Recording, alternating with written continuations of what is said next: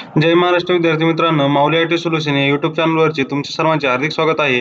आज आपण data communication आणि कम्प्युटर नेटवर्क 2214 या सब्जेक्टचे युनिट वाईज IMP क्वेश्चन जे बघत होतो, त्यामध्ये आज आपण युनिट नंबर 5 चे IMP क्वेश्चन्स किंवा इम्पॉर्टंट क्वेश्चन जे आहेत ते आपण बघणार आहोत. तर आपली एक्झाम आता लवकरच सुरू होते, तर त्या दृष्टीने आपल्याला युनिट नंबर 5 जे आहे रेफरन्स मॉडेल त्याचे क्वेश्चन्स आज आपण बघणार आहोत की युनिट वाईज जे आहेत ते कोणते कोणते क्वेश्चन्स त्याच्यामध्ये विचारले जातात. तर आता युनिट नंबर 5 रेफरन्स मॉडेल हा जो युनिट जर बघितला तर जे डेटा कम्युनिकेशन आणि कम्प्युटर नेटवर्क याचा हा जो सब्जेक्ट आहे याचा जर सिलेबस जर बघितला तर त्यामध्ये सर्वात जास्त वेटेज असणारा हा युनिट आहे. 20 मार्क्सचं वेटेज जे आहे ते याला आहे. यामध्ये आता आपण बघू की समोर 23 जी एक्झाम झाली होती त्यामध्ये हा 20 मार्क्स वेटेज जरी असलं तरी हा 30 मार्क्स साठी ऑप्शन्स आहेत. हा जो युनिट आहे याच्यावरती क्वेश्चन्स तुम्हाला विचारले होते. त्यामध्ये 2 मार्क्सचा जो क्वेश्चन होता याच्यामध्ये तो होता list in for application layer protocol. तर आता आपल्याला हा जो युनिट आहे आपल्याला माहिती आहे याच्यामध्ये OSI मॉडेल आहे.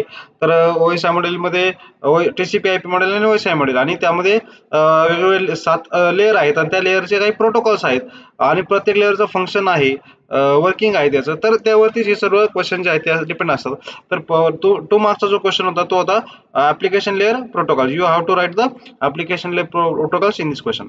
Now next one, describe the process of DHCP server configuration.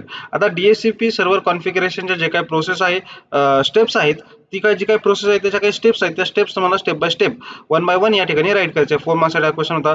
त्यानंतर नेक्स्ट जर क्वेश्चन आपण बघितला तर name the protocols use in data link layer, network layer, transport layer, presentation layer.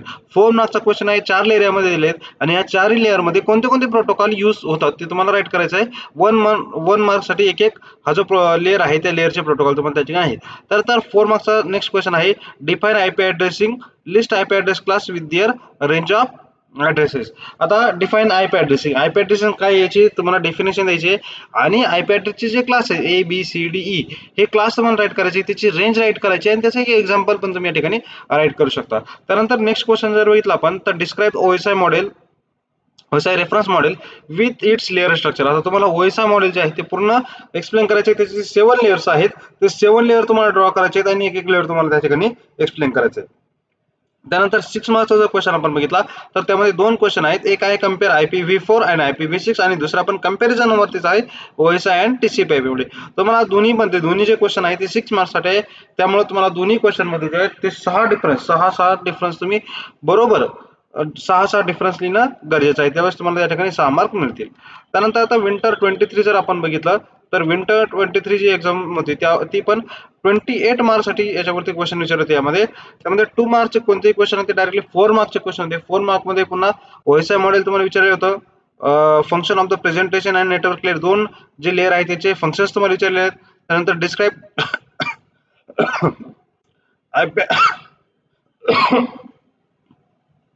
Describe the various IP address classes with their suitable example. तुम्हाला जे IP ॲड्रेसचे class आहे ABCDE त्याची range असेल, त्याचे एक्झाम्पल्स असतील ते तुम्हाला या ठिकाणी राईट करायचे.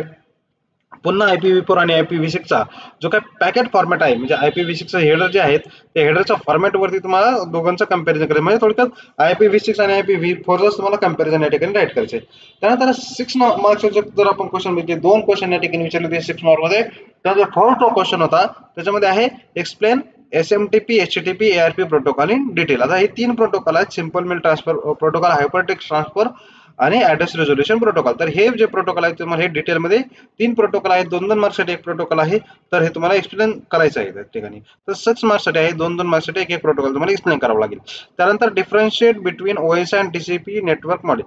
आता पुन्हा तुम्हाला OSI मॉडेल आणि TCP मॉडेल जे आहे TCP IP याच्यामध्ये डिफरन्स म्हणजे जर आपण बघितलं तर OSI मॉडेल TCP IP यावरती जे आहेत ते क्वेश्चन आहेत. तर त्यानंतर समर 22 एक्झाम जर बघितलं आपण तर या एक्झाम देखील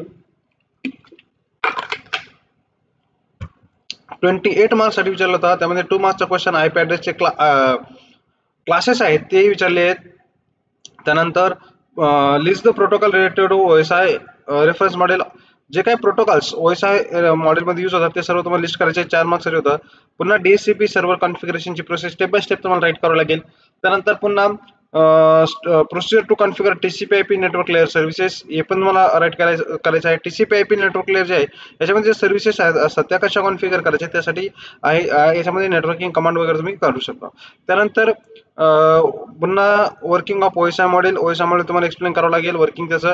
आणि 3 या ठिकाणी कन्सेप्ट वर विचारलंय तुम्हाला ERP address reservation protocol, subnetting आणि सुपरनेटिंग विथ एक्झाम्पल. तुम्हाला याचं हे एक्सप्लेन करून 2-2 मार्क्ससाठी आहे. त्याचे एक्झाम्पल सबनेटिंगचं सुपरनेटिंगचं तुम्हाला एक्झाम्पल पण त्या ठिकाणी राईट करायचं. असा 22 समर 22 ला 28 मार्क्ससाठी या युनिट नंबर 5 वरती क्वेश्चन विचारले होते.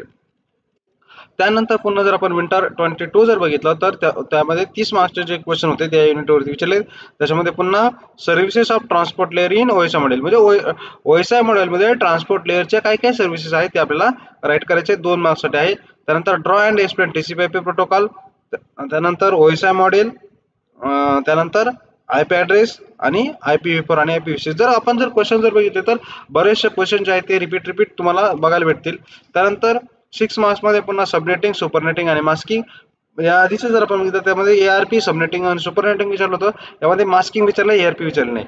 आणि लास्टला TCP/IP कॉन्फिगरेशन सर्व्हिसेस. तर अशा पद्धतीने हे जे आहे भरपूर रिपीटेड क्वेश्चन याच्यामध्ये तुम्हाला बघायला भेटतील. त्यानंतर समर 19 ला देखील 30 मार्क्ससाठी हा विचारला होता. त्याच्यामध्ये फंक्शन्स ऑफ नेटवर्क लेअर, जे 7 लेअर आहेत त्या 7 लेअरचे फंक्शन कोणते आहेत हे सर्व तुम्हाला माहिती पाहिजे. कोणताही एक लेअर त्याच्यामधला विचारला जाऊ शकतो. त्यानंतर ड्रॉ अँड एक्सप्लेन पुन्हा ओएसआय मॉडेल, नेटवर्क लेअरचे फंक्शन्स विचारले आहेत. फिजिकल लेअरचे फंक्शन्स विचारले होते ओएसआय मॉडेलमध्ये. आणि लास्टला IP address and their classes, range of their, describe the types of IP address and classes. So तेच जर बघितलं आपण तर रिपीट तुम्हाला बघायला भेटेल. त्यानंतर आता या ठिकाणी एक क्वेश्चन आहे, your company has the network ID 165.130.0.0. तर आता हा जो क्वेश्चन आहे ऍप्लिकेशन लेवलचा क्वेश्चन म्हणता येईल. यावरती तुम्हाला की हा कोणत्या याच्यातला आहे, कोणत्या क्लासचा आहे आणि त्यावरतून तुम्ही किती त्याच्यामध्ये क्रिएट करू शकता हे तुम्हाला ऍप्लिकेशन लेवल तुम्हाला सॉल्व्ह करावं लागेल. त्यानंतर पुन्हा DHCP ची सर्व्हर कॉन्फिगरेशन. त्यानंतर विंटर 19 पुन्हा 30 मार्क्ससाठी IP ॲड्रेस, त्याची रेंज तुम्हाला राईट करायची आहे. पुन्हा फंक्शन्स ओएसआय मॉडेलमध्ये कोणते 2 लेअरचे फंक्शन्स तुम्हाला राईट करायचे आहे. ओएसआय मॉडेल एक्सप्लेन करायचे आहे. IPv4 IPv6 मध्ये difference, draw and explain TCP/IP model. मग हे जर आता बघा IPv4 IPv6 TCP/IP ओएसआय हे पुन्हा तुम्हाला रिपीटेड या ठिकाणी दिसेल तर तुम्हाला ते हे युनिटमध्ये जे आहे ते इम्पॉर्टंट आहे खूप, तर तुम्हाला ते करावंच लागेल व्यवस्थित. त्यानंतर TCP/IP कॉन्फिगरेशन आणि DHCP सर्व्हर कॉन्फिगरेशन. तर असे हे जे काही क्वेश्चन्स आहेत, DHCP असेल, TCP/IP असेल, IPv4 IPv6 असेल, ओएसआय मॉडेल असेल, TCP/IP मॉडेल असेल, तर IP ॲड्रेसची क्लास आणि त्याची रेंज हे जे क्वेश्चन्स आहेत या युनिटमधले, तर हे युनिटमधले क्वेश्चन जे आहेत ते कंपल्सरी विचारले जातात.